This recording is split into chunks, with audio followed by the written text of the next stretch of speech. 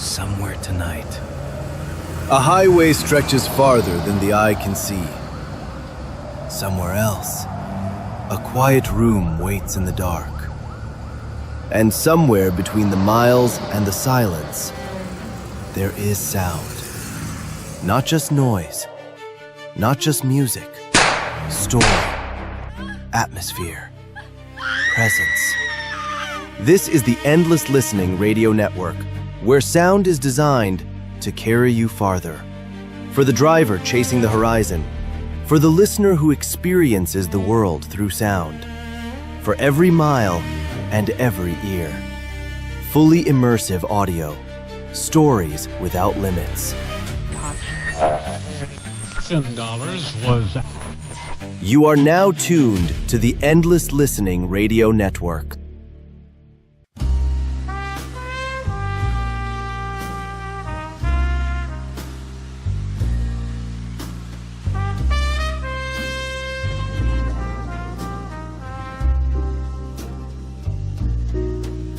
In the world of just in case, the city never sleeps, it just takes breathers.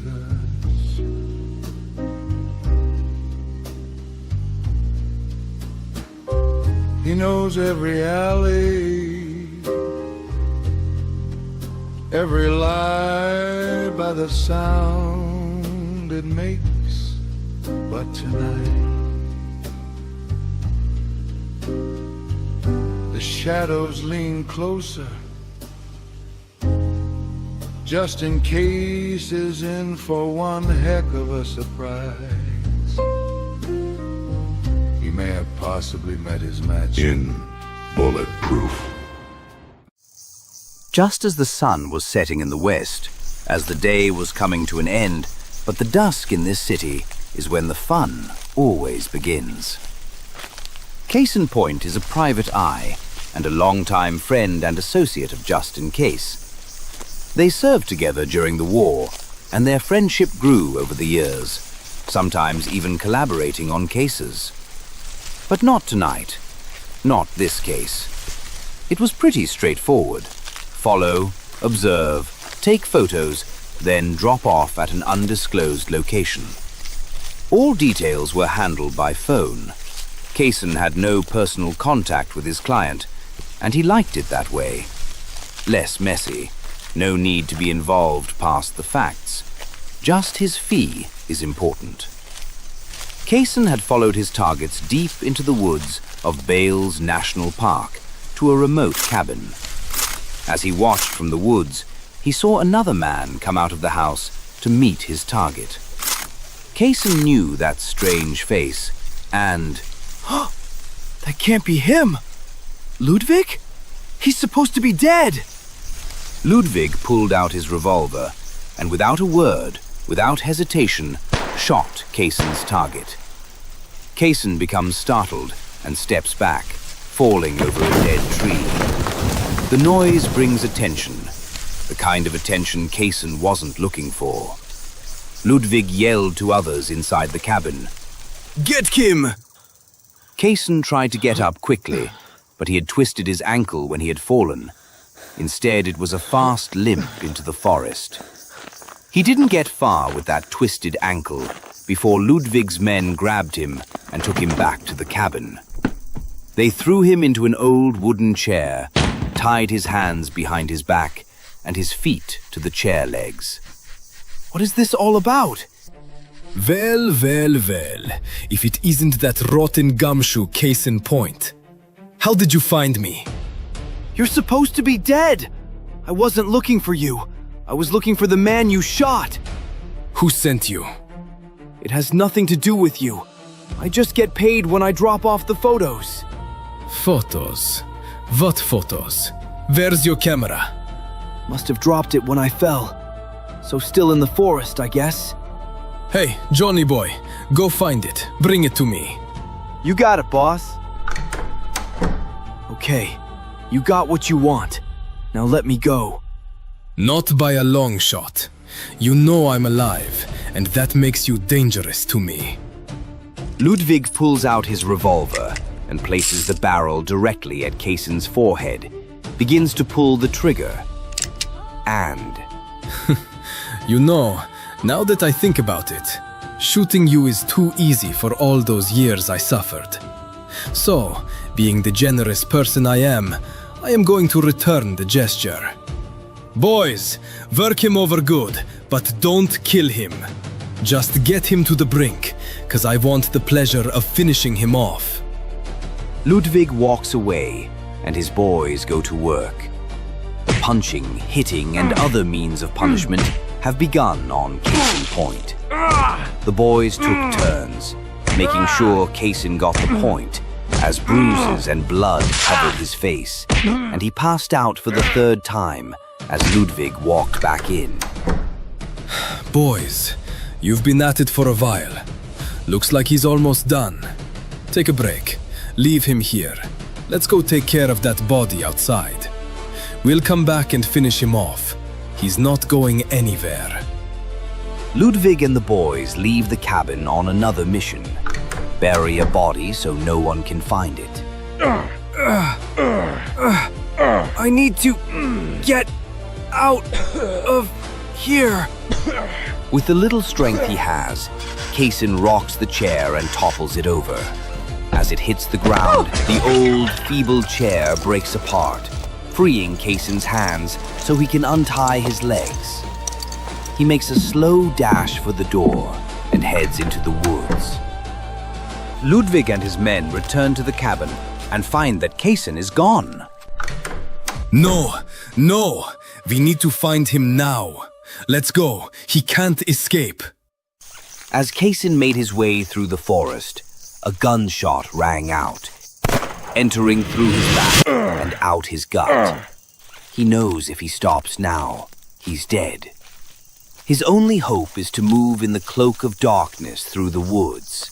With any luck, he might make it out alive and find a friend. The night didn't sound like it was in a generous mood. A quiet night, almost too quiet. But Justin was enjoying it, as he took a drag on his smoke and sipped his bourbon. He just stared out of his office window in a trance as the music played on his radio. A soft knock at the door, hardly noticeable. It sounded like it was running out of time.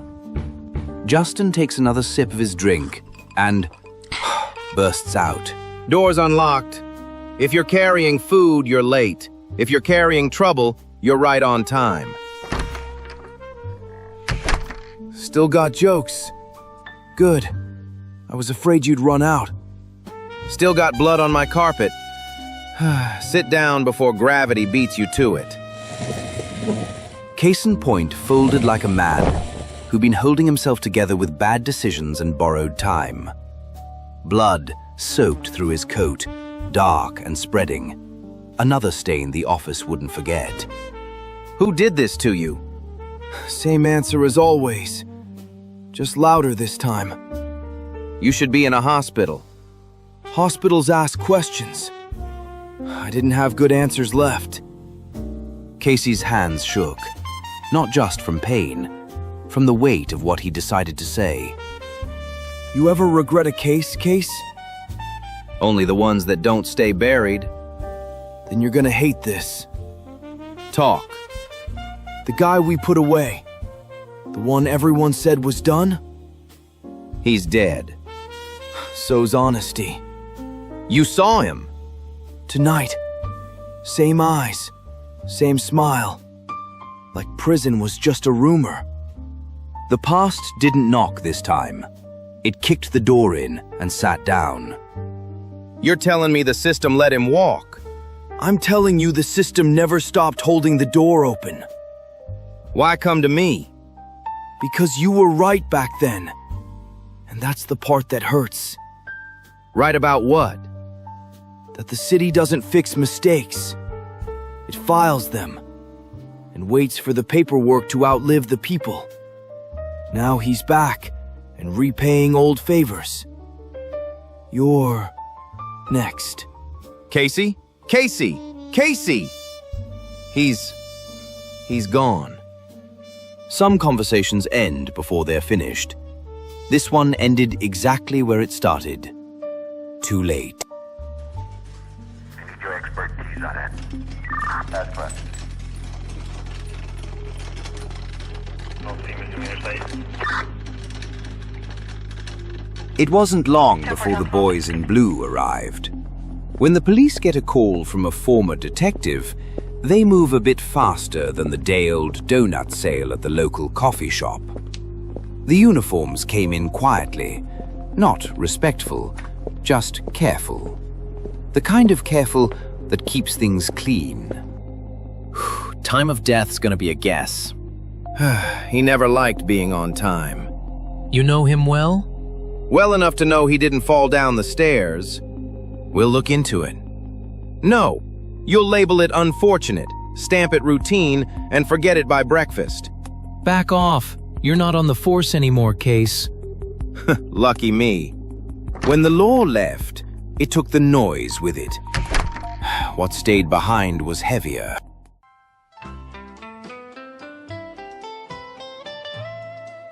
The records room sat in the back of the precinct where cases went to retire quietly. No windows, no clocks anyone trusted. That's where Rosalind Boulet worked. Rosalind was a civilian. No badge, no gun, no reason for anyone to notice her. Eccentric shoes, soft colors that never argued with the walls, thick glasses that made people talk louder around her. Oh, sorry. I didn't realize this file was still pending. If it's back here, it's done. Of course. I'll just make sure it's in the right place. Right place meant something different to Rosalind Boulet. She flipped through the pages in the file, inspecting every page methodically, as if she were looking for a pearl in an oyster. She spots a faint pencil mark, which appears erased. Really? Files tampered with. That's not fear. That's maintenance. Payments hidden as overtime. Witness statements filed one drawer off. Dates that only lined up if you knew where to look. The truth wasn't missing. It was sorted. Everything okay back here, Rosie? Yes, sir. Just closing out old business. Rosalind Boulet closed files for a living. Today she opened one that wasn't done bleeding. One that, for her, wasn't ready for closure. She neatly shut the file folder and slipped it into her purse. Alrighty then.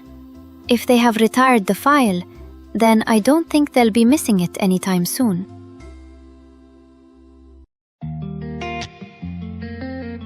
By morning, the city was already pretending nothing had happened. It always did. Just in case didn't. You look like you lost a fight with sleep. Sleep through the first punch. You had company last night. He didn't stay, at least not long. Justin, the blood on the carpet says otherwise. Frida, the past just filed a complaint. You going to answer it? I already am. Some people think being bulletproof means nothing can touch you. They're wrong. It just means you're still standing after everything that should have dropped you didn't.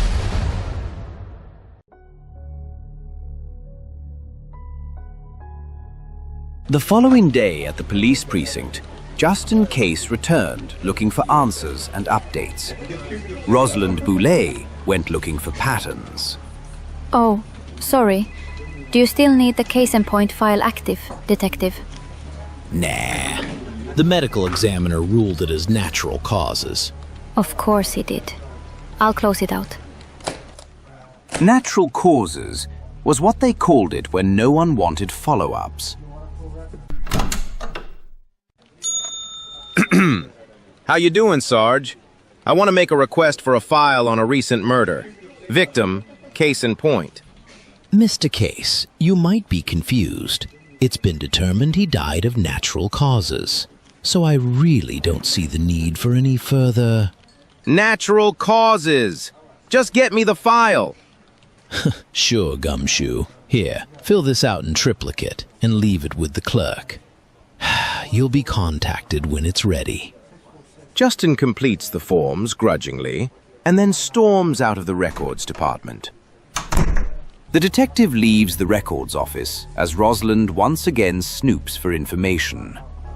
She can smell something rotten in Denmark, and it isn't the cheese. Look at that. So blatantly simple. Same routing, same timing. That makes 3 murders, cases closed too quickly by the same person. Justin's visit to the precinct was uneventful, so he returned to his office, pretty much empty-handed and very disappointed.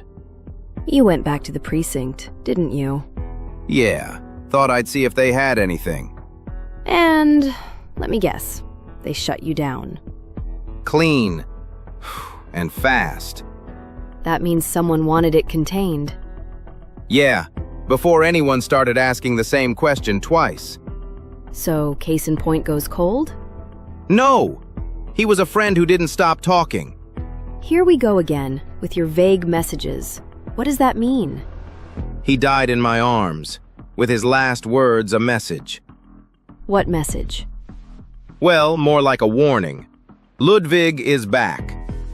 Impossible. You arrested him years ago when you were a detective. He got the death sentence for the murders of Emily Post, Kelsey Kellogg, and General Mills.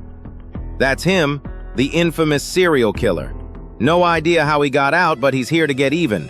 So I need to find him before he finds me. Police precinct. Records room. Late afternoon. Past clock-out time. Rosalind stayed late. Not because she had to, but because patterns show themselves when the noise goes home. Rosalind is left undisturbed. Everyone has gone for the day. Night staff won't be in for an hour.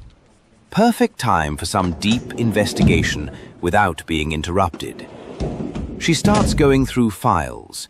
Pages flip faster now, looking for something, a pattern, as she makes notes with her pencil. She finds different crimes, different neighborhoods, same administrative trail. No, can't be. Once is a mistake, twice is a coincidence, 3 times is policy. Rosalind Boulay didn't react to danger. She calculated around it. Justin Case's name wasn't in her files, but his cases were. Seems like this former detective closed doors that are still open. Time for a little social call. Rosalind writes down both an address and a phone number as she tears it off her notepad.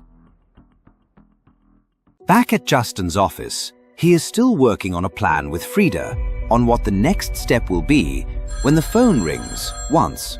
He goes to answer and stops. Ugh, that's new. Phone rings again. Justin grabs it quickly. This is Case. Mr. Case, this is Rosalind Boulay, Records Department. I'm sorry to bother you directly. I had a question about a file you requested, and I didn't think it was appropriate to discuss over the phone. You're calling me after hours. Yes, sir. I wouldn't if it weren't time sensitive. Fine, let's meet tonight. City Diner, 7 p.m. The phones both disconnected, but a connection Justin never expected was in his future. Justin liked diners. Too much light for secrets, too many witnesses for lies. Rosalind liked them for the same reason. Justin had gotten to City Diner ahead of schedule, making sure this wasn't some trap he knew nothing about. He cased the joint before settling into a booth facing the front door. Diner door opens. A plain Jane woman walks in with large black horn-rimmed glasses and wearing clothing that looked like it came from a thrift store. She spots Justin in the back booth and walks towards him. Hello, Mr. Case. I am Rosalind Boulay. We spoke on the phone. You said it was about a file. Yes, I'm sorry. I wasn't sure where to sit. Sit anywhere. That's the beauty of it. She sits, adjusting her glasses. Thank you for coming. You don't call a man at night to say thank you. I suppose you don't. But I have a question. Those are dangerous. So is silence. Did the man you put away and sent to death row ever have help? You know, Ludwig, the serial killer. Help how? Files that moved faster than they should. Statements that stopped being reachable. Decisions that didn't feel investigative. Why are you asking me this? Because if you're chasing him, you're following what he did. She slides a small slip of paper across the table. This is where the paperwork leads, not where the crime started. Why give this to me? Because you still knock on doors. You don't just close them. Rosalind stands up and walks out of the diner. Ugh, that is one odd bird. Wonder what her game is. After that discussion with Rosalind, Justin now wants answers more than ever. As he walks back to his office, from the street, he can see a light on the second floor of the precinct. That's Captain Dan Tiger's office. It seemed like the perfect opportunity to confront someone about something. Oh, it's you. You don't let things go, Case. I let go of plenty. This one keeps grabbing back. Just drop it. Case in point died of natural causes. Of course, everyone knows how natural a bullet to the back is. So tell me, how many others were so fortunate to die of natural causes? You don't understand what you're poking at. Then explain it to me. Some cases don't get solved, they get settled. By who? By time, by paperwork, by people who don't want a mess. That's not justice. No, it's management. Justin storms out of the captain's office, more perturbed than when he arrived. He continues walking back to his office, deep in thought. These bastards have some scheme worked out to get rid of people. No, can it be? An assassination squad hiding inside the police department? My lord. He got to his office and took a seat at his desk, looking through all the details of the case once again, as if he missed something. Justin was starting to connect the dots. Rosalind rearranged the page. Case in point wasn't the target. Then what was this all about? He was bringing me a message that the past isn't staying buried. But why now? Why would someone die over something in your past? Now, Frida, if you can figure that out, I'll get you a spot on I've Got a Secret. Just in case chased the past. Rosalind Boulay prepared for the future. Both of them knew one thing now. The system wasn't broken. It was working exactly as designed, dangerously.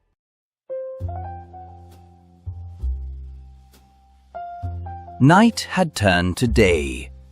Sometimes it just doesn't matter, because time has a way of coming back to remind you that you're only human. Just in case understood, but that didn't mean he had to like it.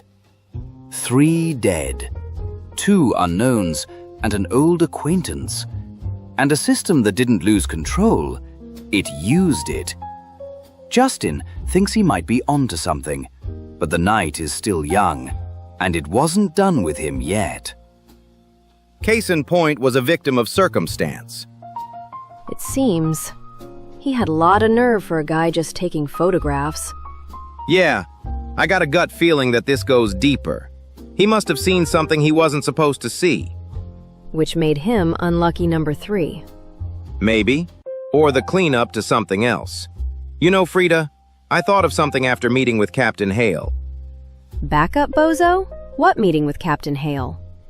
Last night, on my way walking back here, I passed the precinct and saw the light on in his second-floor office from the street, so I paid him a visit. Okay, and what did you find out? From the conversation, let's say it's pretty obvious that the good old captain is connected to something.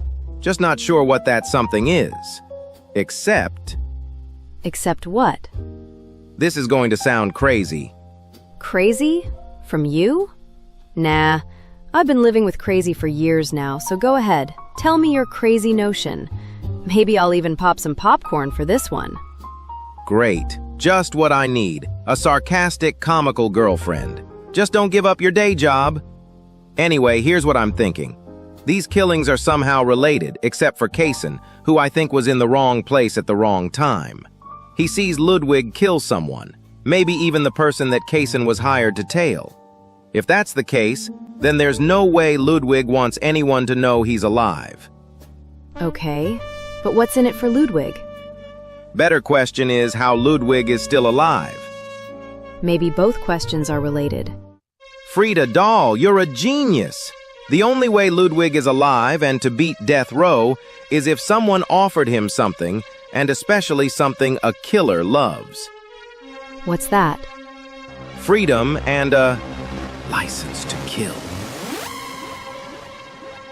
Wait a second. So your crazy idea is that Ludwig is a recruited assassin for the police?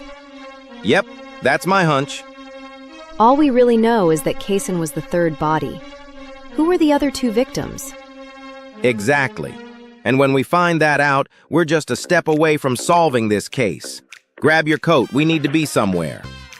You got it. I'm not letting you out of my sight. Who knows who else you might be meeting and just forgetting to tell me about? Yeah, about that. What? Later. Let's move. They both hurriedly left the office. She grabbed her coat and followed. She knew that look in Justin's eyes. A man on a mission. Not everyone in the precinct had carte blanche like Rosalind Boulay, but somehow she had managed to be able to come and go as she liked. And tonight was no different. She knew the pattern she was looking for had a face. The first victim's name wasn't in the headlines, but Rosalind knew it. I told you I'd keep you safe. That victim had been her client. Someone who came to Rusty Bullet because the law had already failed them once. This is my mistake. You might be gone, but a deal's a deal. I need to set it straight. If not for you, then at least for me.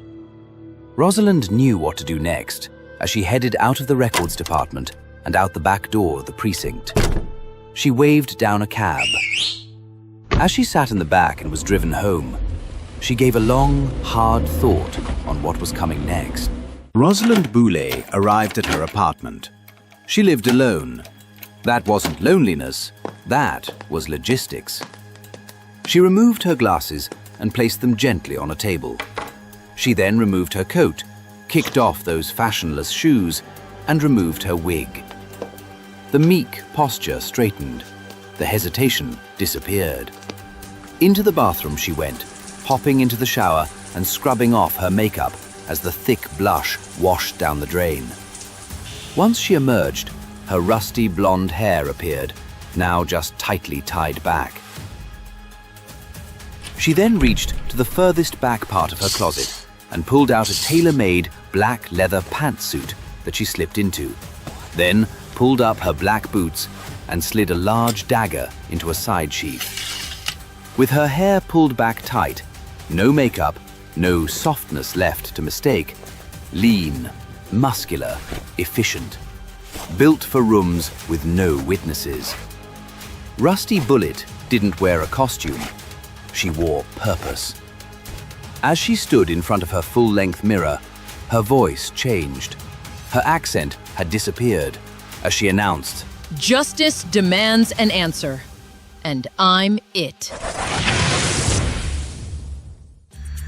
Rosalind Boulay was an unassuming, meek records clerk who acted as a careful intermediary for someone who prefers to remain unseen. She acts only when systems fail, protects workers, tenants, and the voiceless, and then disappears once balance is restored. Rusty Bullet is not a vigilante chasing headlines. She is a guardian of last resorts. Justin knew there was more behind this. Next stop, Kaysen's place.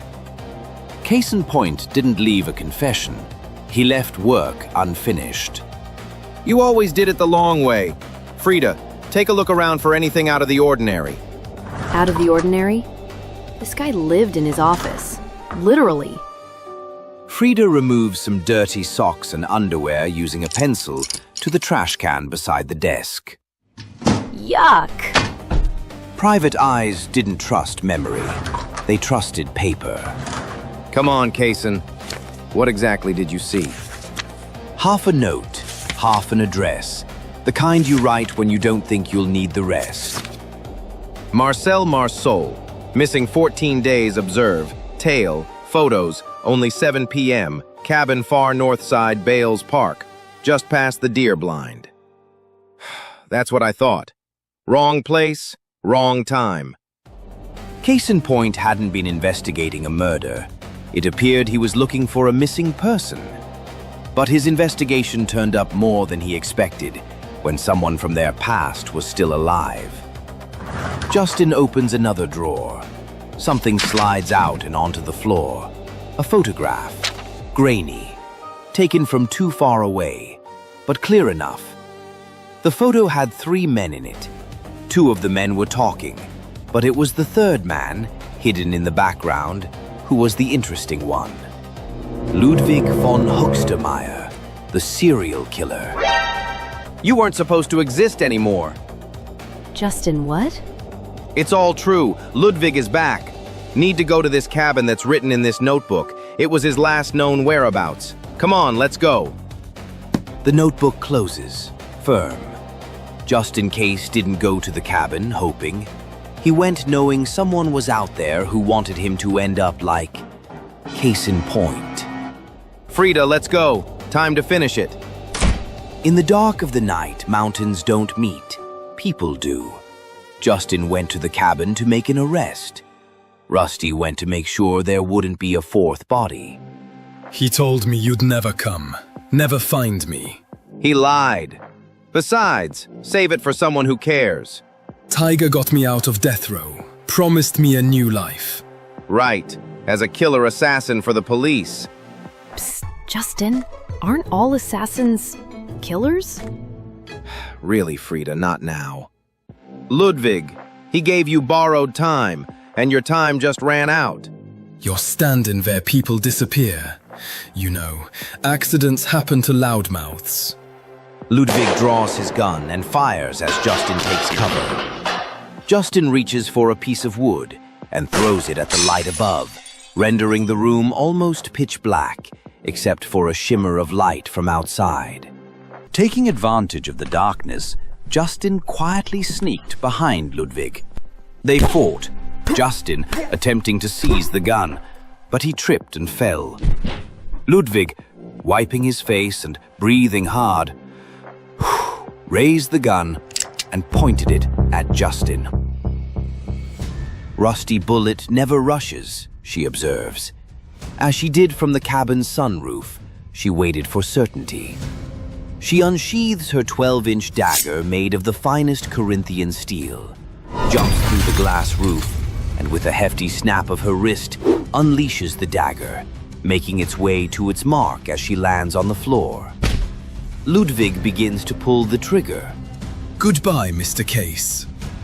Just then, Ludwig grabs his chest as blood starts pouring through his shirt where the dagger had landed.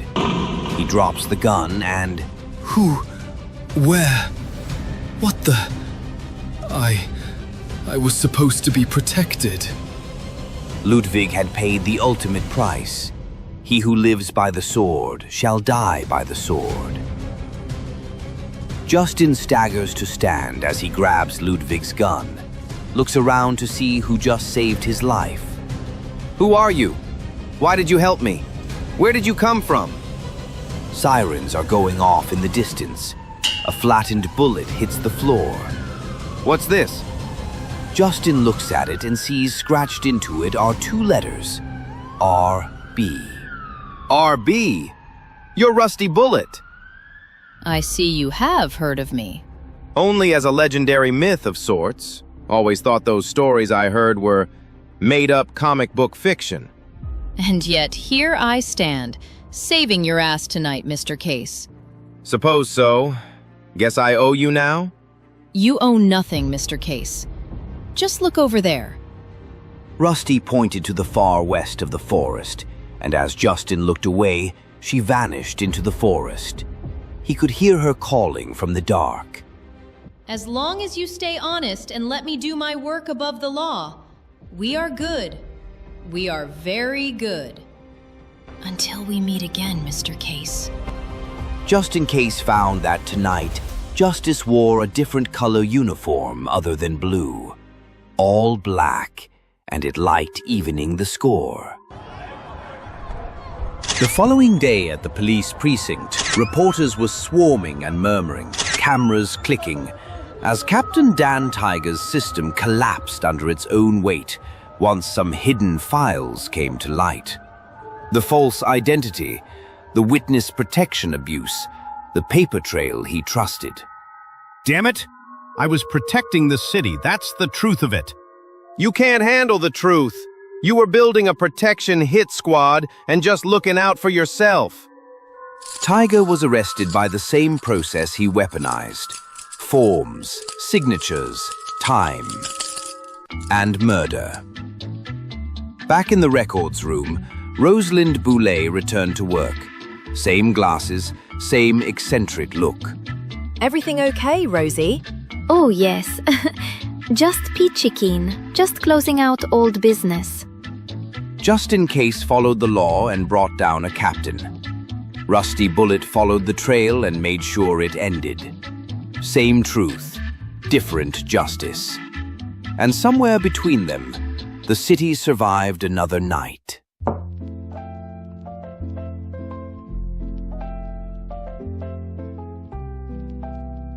When you close a case, sometimes another opens, or you only think the case is closed.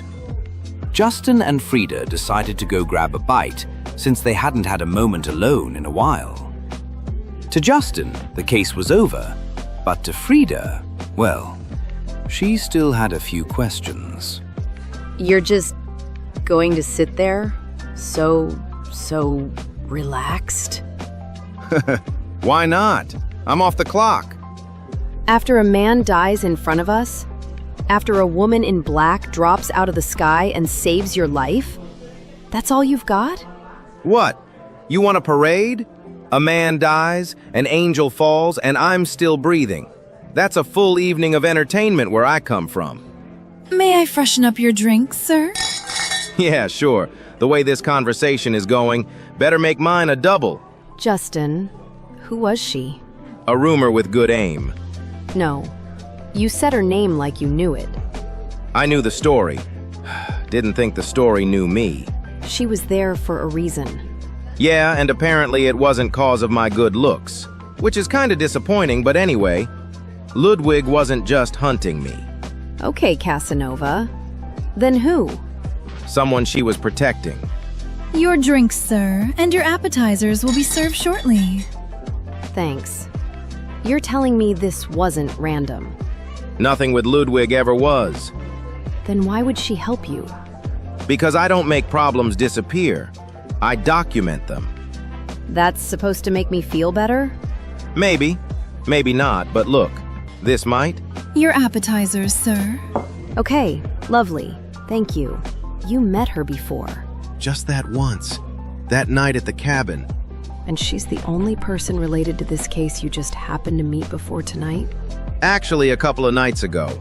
A woman from the records department called me to say she had information about the file I requested on Ludwig. I met her at Pinky's City Cafe. She was quiet, meek, clerk type, glasses that didn't quite fit her face. Actually, a very boring individual.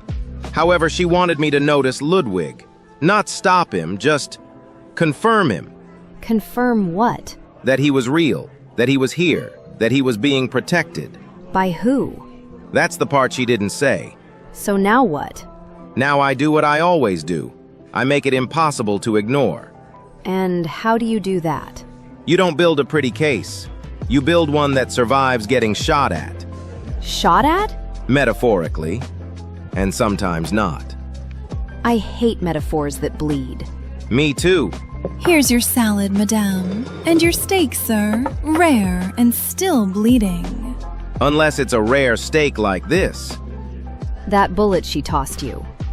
Yeah, Flattened. Didn't go through anything. didn't need to. That's why you keep saying it like that. Bulletproof.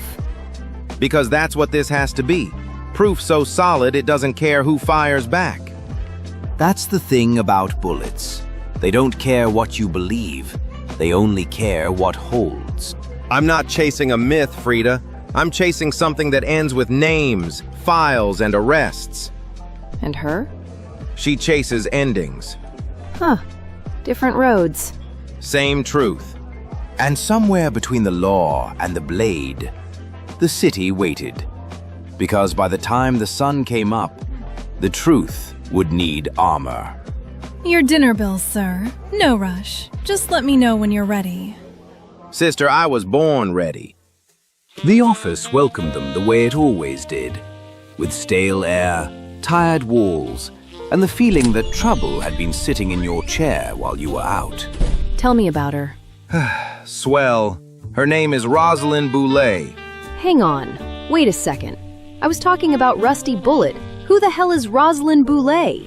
Rosalind Boulay works in the records department. She called me the other night and we met at Pinky's City Cafe.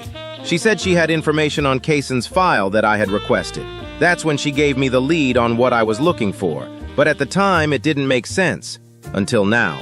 She wanted me to notice Ludwig, that he wasn't acting alone, and that if someone didn't start paying attention, more people were going to die. I don't follow what this records clerk has to do with Rusty Bullet. Well, nothing really, just filling you in. Right. And someone had the captain shut down, so he's gone now. Out of the picture for a few years, serving time at the state pen. But what about the 2 other murders? I've got a terrible feeling they may be related. How's that? Justin reaches into his inside pocket and pulls out a worn, torn, faded photograph. Here, look at this. Where did you get this picture? After Rusty left the cabin, I found it on the floor. Justin, what the hell are we involved in? No idea, but I think a visit to the coroner's office is next. I want to see how they ruled all 3 murders natural causes. Coats on, lights out. Justin and Frida stepped into the night to answer a simple question. When did death stop being natural and start being convenient? If there's one place no one wants to visit, it's the coroner's office, located at the city morgue.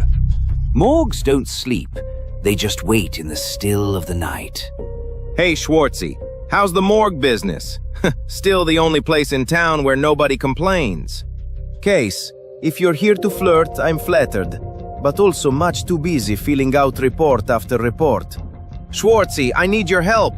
We need 3 victims' files that were tied to Ludwig's recent murders. Those were ruled natural causes. Come on, Schwartzy, we both know this is some sort of cover-up. I know you too long, and I can tell from that bead of sweat running down your brow that you know more than you would like to. So spill the borscht. All right. Case, you have no idea who these people are. If I say anything, look the wrong way, I'm as good as dead. Listen, Schwartzy, here's what we can do. Tell Justin what you know, and if it's that scary, go grab your wife and kids, and I'll give you the keys to my place to hide out till Justin and I get this straightened out. Please, I beg you, leave it alone, it's not for you. Schwartzy, we can help you, I swear. Okay, fine. Make sure my family is safe. Schwartzy opens the file cabinet and pulls out 3 files. Victim 1, Samuel Mendelssohn, age 36, refugee, Nazi camp survivor. How do you know that? Look at his arm in this picture. That's where the Nazis tattooed her ID number. Cause of death listed, natural causes. Victim 2, Renee Katzberger, age 39, also a refugee, Nazi camp survivor. Cause of death listed, natural causes. And of course, Victim 3, case in point. And you already know all about him. Now that's the official record. There's nothing new here. It's such a shunda, a shame. Any death of a good person is a shame. Did you know them? No, but they lived through the worst possible situation to survive the death camps and then end up like this. Schwartzy goes to his bookcase and pulls an old book. He opens it and hands Justin some photographs. Look at these photographs I took of each victim. This proves it wasn't natural causes. But I've heard of losing your head, but decapitating someone's head is not what I call natural causes. I think I might have to throw up. Yes, but they were decapitated after they were shot first. Listen, Frida, here are the facts, like them or not. 1. We got a dead Ludwig in a photo with Nazi SS officers. 2. A couple of dead refugee camp survivors. Seems we may have some loose Nazis we need to catch before anyone else dies. Damn it, I thought we ended this when I was overseas during Liberation, and we got them all. Well, if they're back and on our soil, then how does that saying go? Oh yeah, vengeance is mine for all those atrocities I witnessed. Now, I need to see how far up the ladder this might go, and to get some help. This seems a little more dangerous than normal. Be careful. Frida, careful is my middle name. Frida stayed back and made arrangements for Schwartzy and his family. Justin was off somewhere to do what any good PI does, investigate. Police stations don't forget faces. They catalog them, tag them, and decide how close to the door they're allowed to get. Justin Case didn't make it past the front desk. Hold it. Evening. Badge. Retired. That makes it a souvenir. State your business. I want to see the new captain, regarding the Ludwig deaths. You got an appointment? I have information that won't keep till morning. Funny thing about information. It waits in the lobby like everyone else.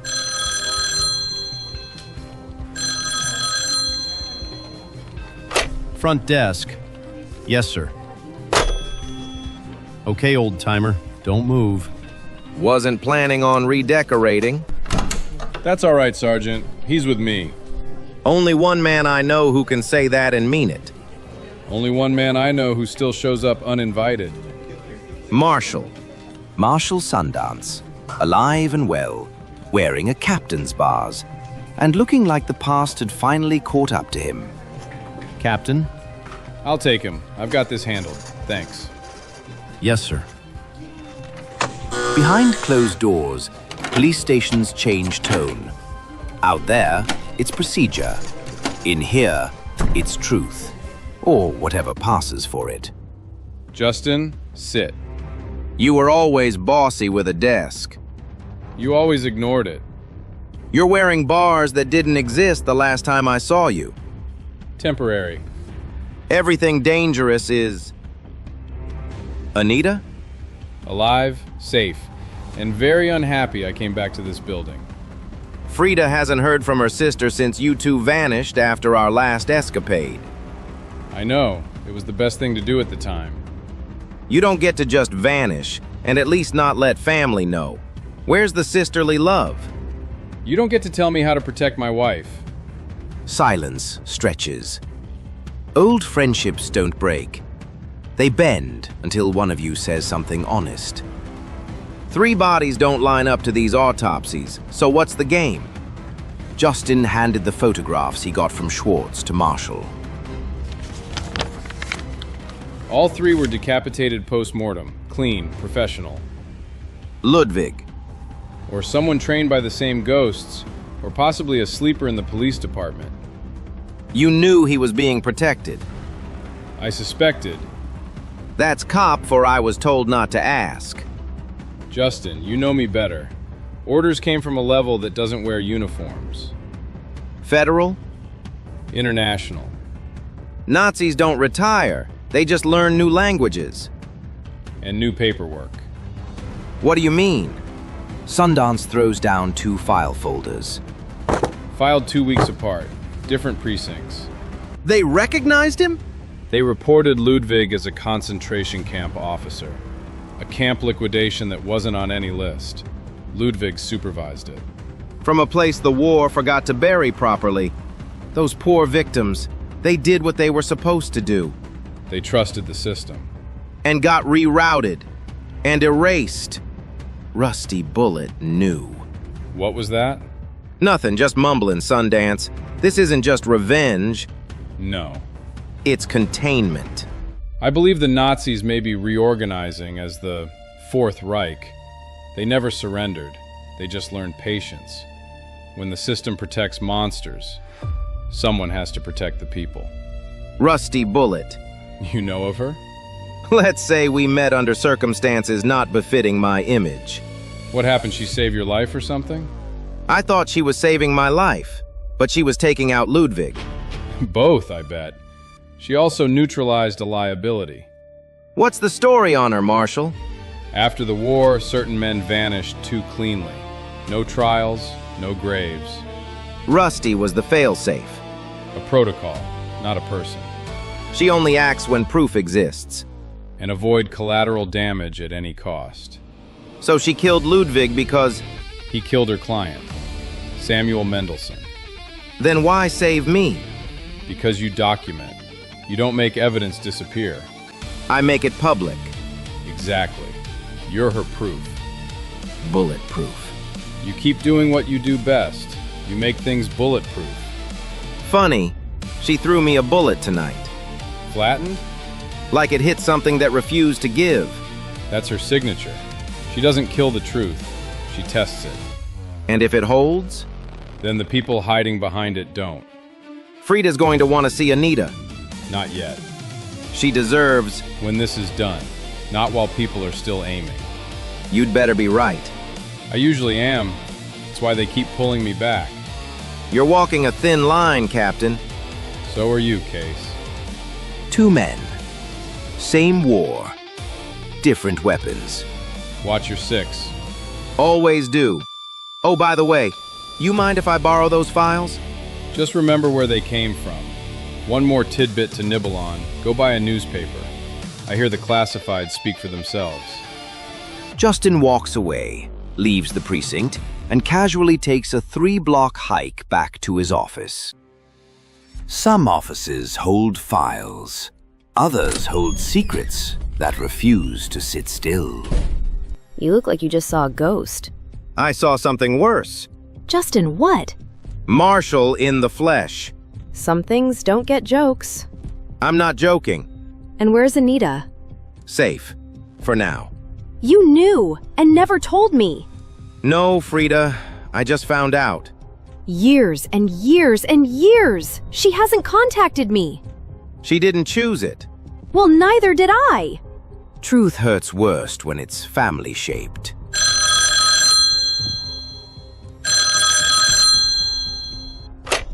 This is Case. Stop looking. Mind your business.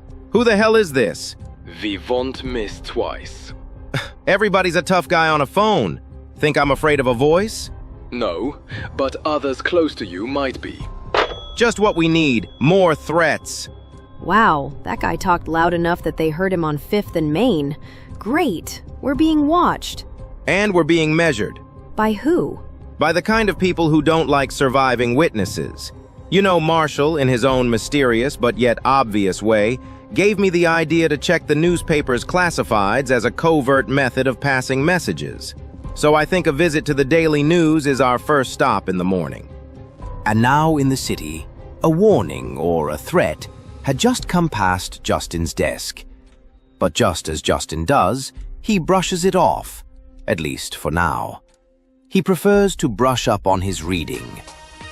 If secrets have a bloodstream, it's ink. And if whispers need a home, it's the classifieds. How can I help you? I'd like to get some information on a classified, please. Sure, it's a penny a word, per day. Fill out this form with your message. Wow, that much. Sure can get expensive. Well, you have two choices. Either keep it short or use big words, lady. I was hoping for some more, let's say, detailed information. Listen, lady, classifieds are paid, printed, forgotten. Not the ones we're looking for. Here, lady, here's a copy of today's classifieds. Go have a picnic. Okay, who's next here?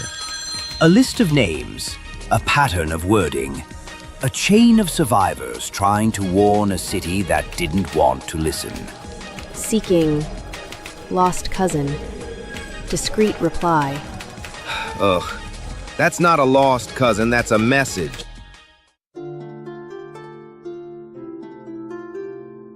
Let's step back in time, shall we?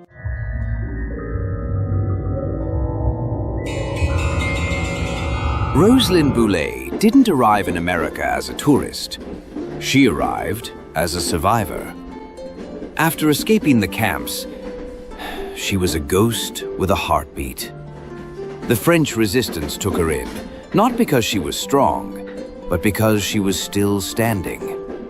Her French resistance trainer always said to her, "You don't need to be big. You need to be the fastest and extremely precise." When France was liberated, Rosalind had no family to return to. Only ashes. Only names that no longer existed. Name? Rosalind Boulay, Destination? America. She left France with a suitcase of silence and a hatred she kept folded neatly like clothing. And then there was Ludwig. Ludwig didn't arrive the way refugees did. He arrived through cracks. Name? Luis Cráneo. Where were you born? Buenos Aires, Argentina. False papers, a clean face, dark tan, and a past soaked so deep in blood, even the ocean couldn't rinse it. He had been an SS officer in charge of extermination at one of the camps, a cog in a machine built for cruelty. Many survivors spoke of a name like a curse, the Butcher of Belgrade. A man few claimed to have seen, only obeyed. But this man was not the butcher. He was the butcher's apprentice.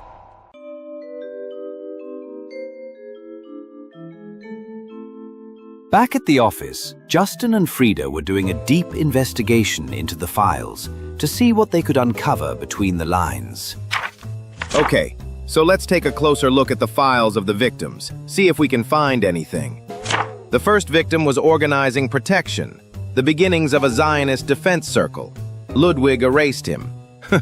Makes sense, I guess. You don't want a group of Jewish Nazi hunters looking for you. And the girl? I was not surprised that he kidnapped her to have his way with her, and I bet when he found out that she was Jewish, or maybe she refused his advances, so he killed her. Well, I guess love can kill. That's not love. That's pure evil dressed up in a $10 suit. Hello? Justin Case here, and if you're selling something, I have all the nothing I need. There are more of them, not just Ludwig. An underground network, former SS. They meet like businessmen. They call it preserving the future. A name goes around, the Butcher. That's odd. What happened? Hung up? No, someone cut the line. Just then, there's a loud thud sound at the door, and two men in dark black suits rush in. What the? Who the hell are you two clowns? We have been sent here with some gift from a fan, Mr. Case. Funny, you don't look like the delivery boy. No, they look more like Nazi spies. You should learn to keep your mouth shut, Fräulein. Both men lunge forward. One goes for Frida, slaps her hard, knocking her to the ground. The other goes for Justin. A mean battle occurs, but Justin is overpowered and punched to the ground. This was your warning, Mr. American Gumshoe. Stop digging into things that do not concern you. Next time, we won't be so kind. Both men slither out the same way they came in. Justin, what do we do? You do nothing. Lock the door. Don't open it for anyone. I'm going down to the Federal Building to get some others involved. If there's one thing no one wants, it's a Justin Case on the warpath. Looks like that's what they got now.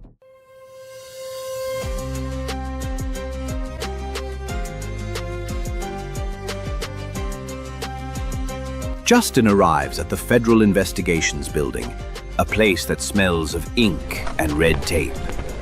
He wasn't wasting any time giving the desk agent all the details of his encounter with the Nazi infiltrators. Are you telling me there's a coordinated SS network operating inside the US? I'm telling you the bodies are real. The patterns are real. You got evidence? I'm building it, and it'll be bulletproof. Listen, we don't have any spare G-men to assign on a hunch. So until you have something solid, let us know. But till then, have a nice day. Catch you later, Gumshoe. Justin tried to get the feds to listen, but when all you've got is an old picture and nothing solid, the G-men don't seem to be interested in gut-feeling hunches today. As Justin left the federal building, he noticed a shapely black figure standing in the shadows, moving along the edge of the parking lot. Rusty Bullet. You're loud, Mr. Case. They meet tomorrow night. Warehouse District. Old cold storage building. How are you so sure? Look over there. See that black car that just pulled away? Yeah, so? And just as she arrived, she vanished the same way, into the darkness. It's my job. That's how I know. Damn, how does she do that? 1 minute she's here, then poof, gone! Justin knew he needed help, but who could he count on since the feds were out? He walks towards the closest payphone, drops in a couple of nickels, and calls the only one he can trust.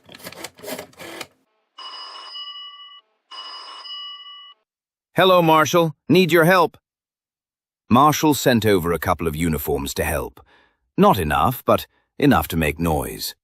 They went into the building, looked around, and found nothing. Then one of the uniforms discovers a hidden passage. A staircase goes down, and so do they.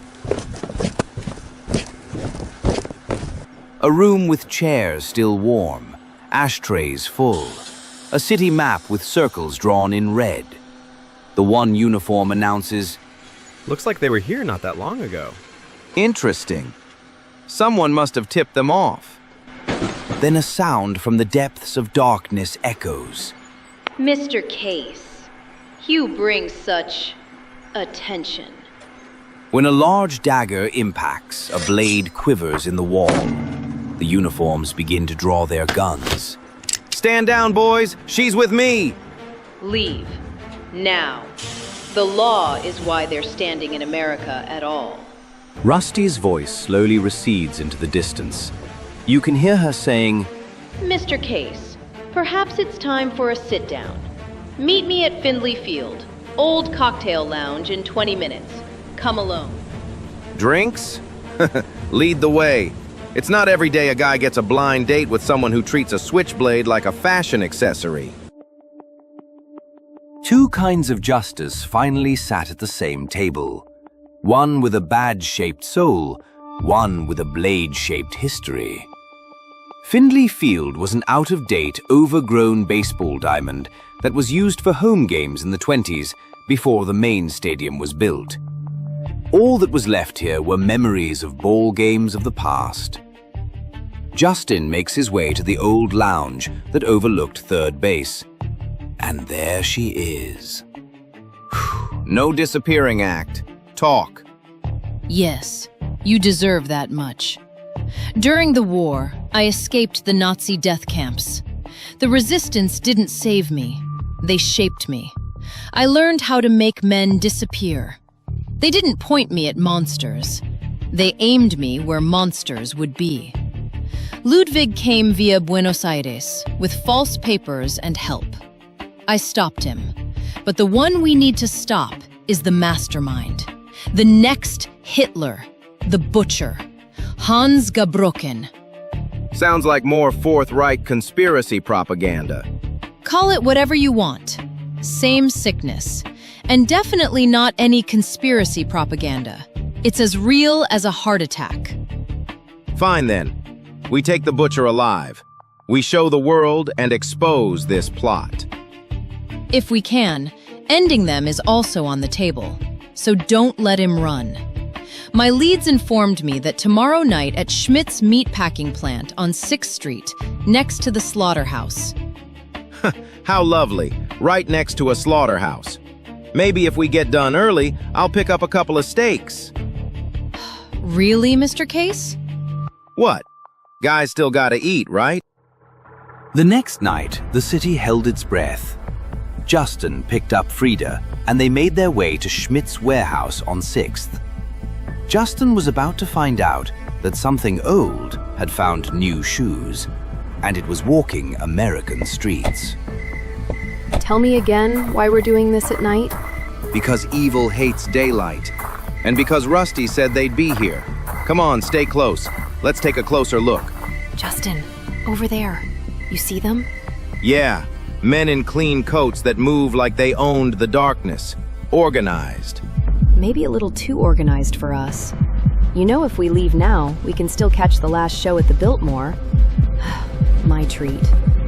Frida, shh. I got these wire cutters. Let me just cut through this fence. There, I'll hold it back for you. Are you sure about this? Come on, go, go, go. Once through the fence, Justin led the way into the building through an open window. Inside, the cold had teeth, not temperature, history. More arrivals, within weeks. Papers handled. The city is cooperative. Did he just say cooperative? Shh, keep recording. A guard stepped too close behind them. Who's there? Maintenance. Maintenance doesn't breathe like that. Frida pulls out her camera, flies around, and pops the flash in the guard's eyes. Oh my God, my eyes, my eyes! Wachen, hierher, herkommen, schnell, schnell! Justin picks up the closest thing he can find and knocks the guard out. Damn it, so much for the element of surprise. That's it? You thought this was going to be a surprise party? If I had known, I would have brought a gift. Follow me down those aisles. Stay low. Let's go now. As they creep quickly through the aisle of shelving, bullets fly. They make it to a large metal door. Justin opens it, and they scramble through. Justin, stop for a minute. I need to rest. Just for a second. Justin, where is this place? No idea. Look at the walls, the desks, maps, files, letters.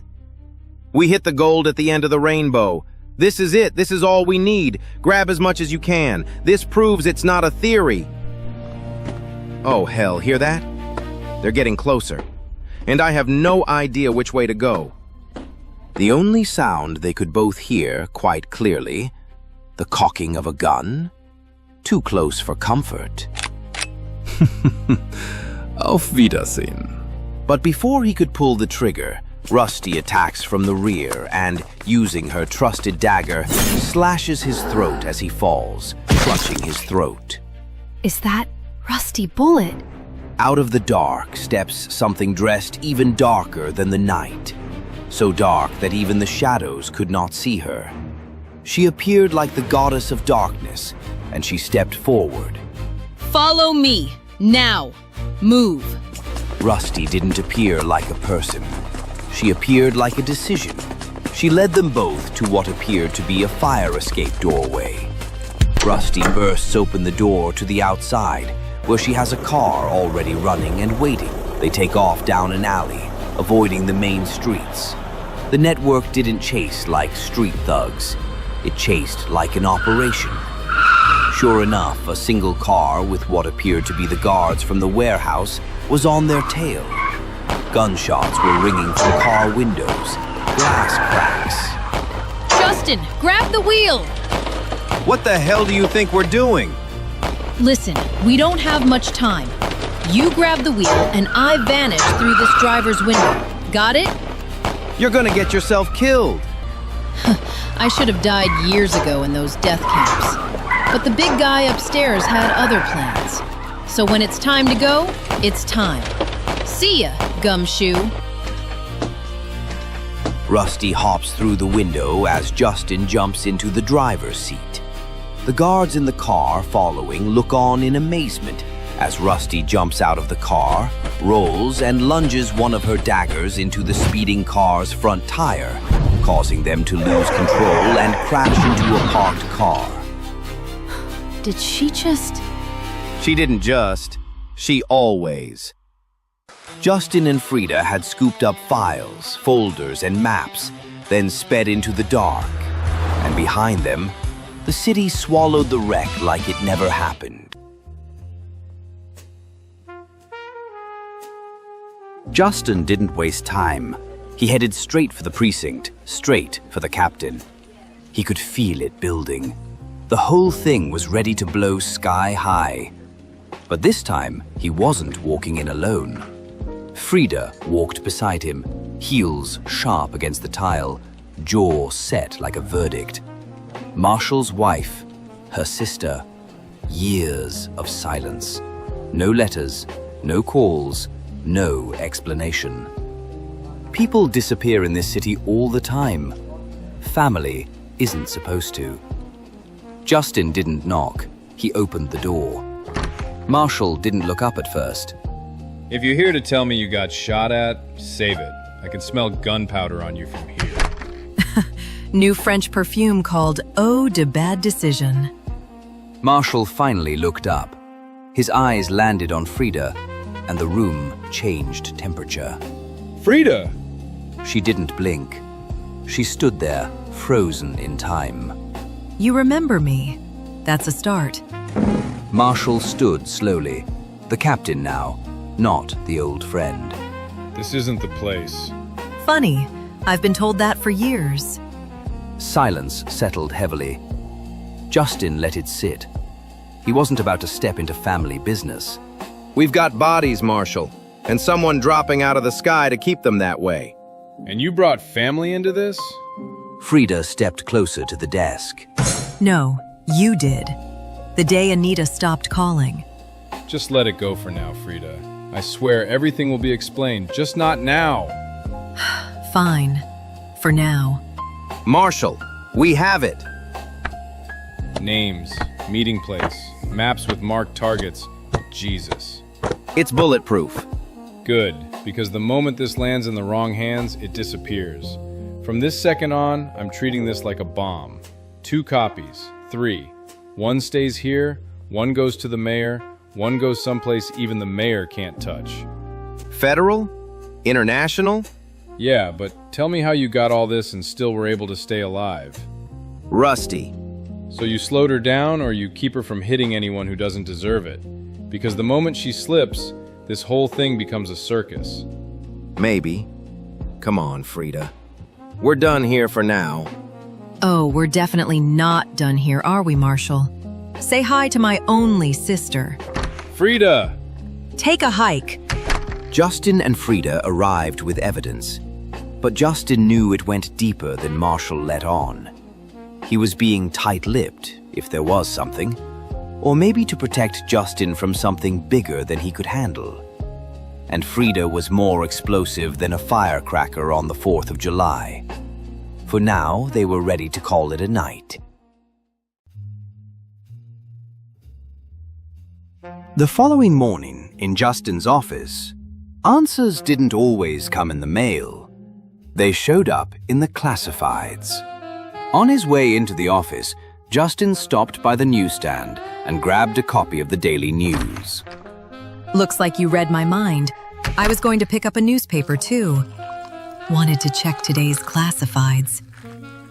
Well, Frida, you know what they say. Geniuses think alike. Right, and fools never differ, until the body count starts. Frida, listen to this. Blue Ribbon Social Hall, noon. Come alone. Bring her. Bring her who? Me? Looks like the Bullet wants an audience. Great. I'll wear my best Don't Stab Me dress. The Blue Ribbon Social Hall was a semi-private restaurant for all the city's who's who. It was the place where anyone with money, power, and influence conducted all types of business. Good. You brought her. I'm not a suitcase. I walked all by myself. I can even chew gum and walk at the same time. Good to know. But the evidence you dropped off with the police captain will make noise. Noise makes people nervous, and nervous people make mistakes. There's someone on the inside, a coordinator, someone local, a man who signs papers, approves permits, moves files. City? State? Feds? There are a lot of choices there, you know. We'll see shortly. Right here, tonight. A dinner. Private room. He meets the importers. We take him alive. Then don't let him run. Fine. Then we blend in till we see something. Frida, you and I will cover the bar. And Rusty, damn, she did it again. Vanished. Evil likes to feel civilized as it walks. At first, two muscle-bound men entered, peering around as if searching for something or someone. Shortly after, a tall, slender man wearing a well-tailored grey suit and dark glasses appeared.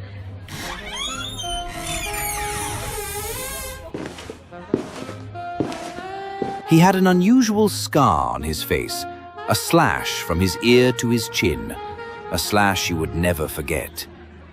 His guards waited by the door as he headed towards a table in the far corner of the dining room.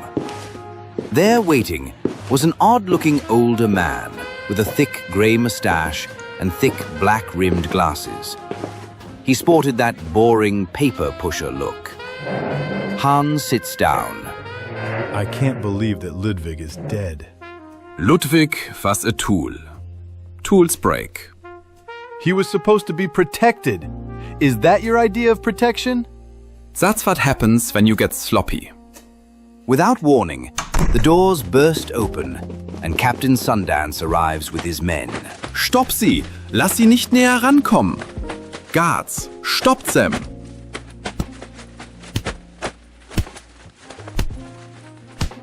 Justin, look! Those two are trying to escape through the back of the restaurant.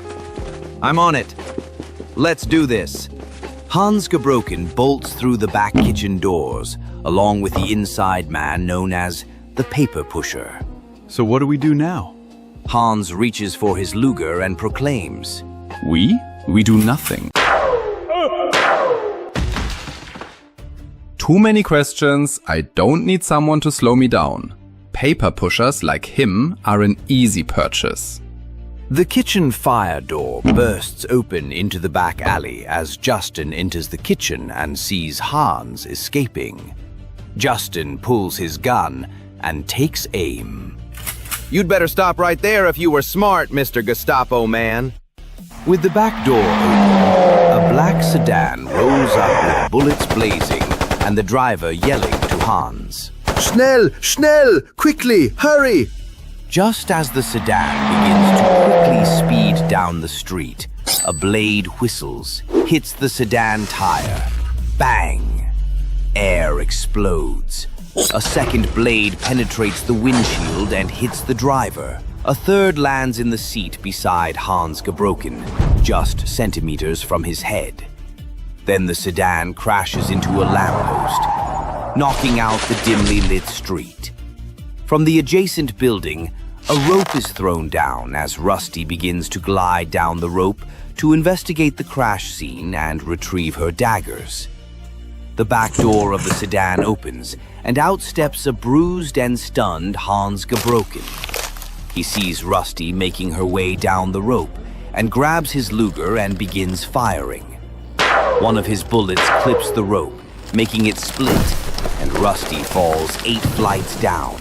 Looks, as I have finally gotten even with you for this souvenir scare you gave me many years ago. So glad I was able to finish with you personally. Hans runs off into the night as Justin arrives on scene. Rusty, you all right? Do I look all right to you? That piece of shit got away. Save it for another day, lady. No! There are no other days! There's just today! For once, Rusty didn't just vanish. She slowly hobbled away as she tried to shake off the fall. After the commotion, they regroup in the captain's office at the police department. Well, that was a big fiasco. Maybe if we had known you were going to show up like Superman or something, we could have had a better plan. But why am I not surprised about you telling anyone anything? Oh, wait, that's got a familiar ring to it, doesn't it, Marshall? You know your wife, my sister Anita. Frida, later, not now.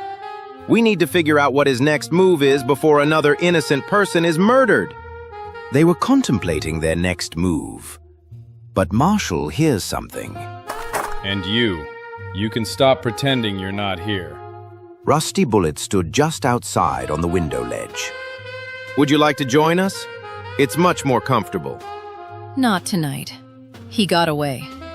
The butcher is too clever. He seems to be one step ahead of us. Any suggestions? We're all ears. I'd feel better if she'd just show her face. I'd like to meet the person I am working with. I have no face.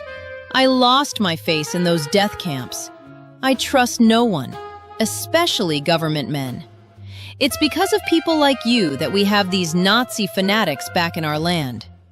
You people are giving any dickhead civil rights. Bullshit! Wow, so tell us how you truly feel. Rusty, you know you can trust me, right? There's no reply. Rusty? Oh, Rusty, you there? Rusty stepped back off the window ledge and vanished once again into the night. The dame's got a terminal case of stage fright when it comes to front doors. Seems she's developed a sudden allergy to the straight and narrow. Or maybe she just likes the view from the fire escape better. Justin Case didn't name stories, he named problems. And this one had a name now, because the truth finally had armor. Bulletproof. Captain Tiger fell. Marshal Sundance rose, temporarily. The butcher was on the loose. A network was exposed. Not finished, not dead, but bleeding. And standing at the top of the city's tallest building was Rusty. It never ends. And we never forget. I won't let this happen. Not again. The war didn't end for everyone. Sometimes it just learned to whisper.